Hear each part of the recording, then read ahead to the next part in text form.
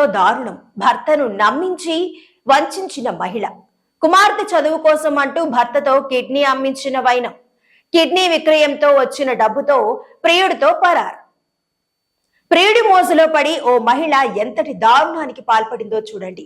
దారుణం అనడం కంటే కట్టుకున్న భర్త పట్ల నయవంచనకు పాల్పడిందంటేనే సమంజసంగా ఉంటుందేమో. కుమార్తె చదువు కోసం అని చెప్పి భర్త కిడ్నీ 10 లక్షలకు అమ్మేసిన ఆ మహిళ రాత్రికి రాత్రే ప్రియుడితో పరారైంది.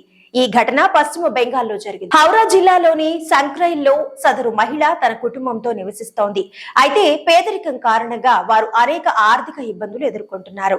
అయితే సదరు మహిళ పెయింటర్ గా పనిచేసే మరో వ్యక్తితో వివాహేతర సంబంధం పెట్టుకుంది. ఆమె ప్రియుడు బారక్పూర్ ప్రాంతానికి చెందినవాడు. ఇద్దరికి ఫేస్బుక్ ద్వారా పరిచయం ఏర్పడింది. ఆ పరిచయం కాస్త అక్రమ సంబంధానికి దారితీసింది. ఇక ఇంటి నుంచి వెళ్లిపోయి ప్రియుడితో సుఖంగా గడపడానికి ఆమె తిరుగులేని ప్లాన్ వేసింది. కుమార్తెను చదివించాలి, పెళ్లి చేయాలి, అందుకు డబ్బు కావాలి, నీ కిడ్నీ అమ్మేద్దామని భర్తను ఒప్పించింది. భార్య అదే పనిగా ఒత్తిడి చేస్తుండటంతో ఆ భర్త సరేనన్నాడు. ఓ ఏడాది తర్వాత కిడ్నీ కొనడానికి ఓ వ్యక్తి దొరికాడు. తాను ఇచ్చే డబ్బుతో ఆ కుటుంబం బాగుపడుతుందని నమ్మిన ఆ వ్యక్తి కిడ్నీ కొనుగోలు చేశాడు.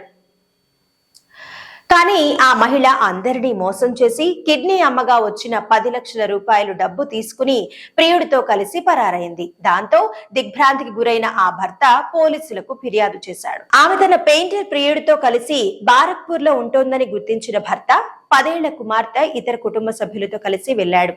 అయితే భర్త కుమార్తె వచ్చినా ఆ మహిళ తలుపు తీయలేదు. విడాకులు ఇచ్చేస్తాను, వెళ్లిపో అంటూ కేకలు వేసింది. అత్తమామలు కూడా వచ్చి బతిమాలినా ఆ మహిళ ఇంట్లోంచి బయటకే రాలేదు.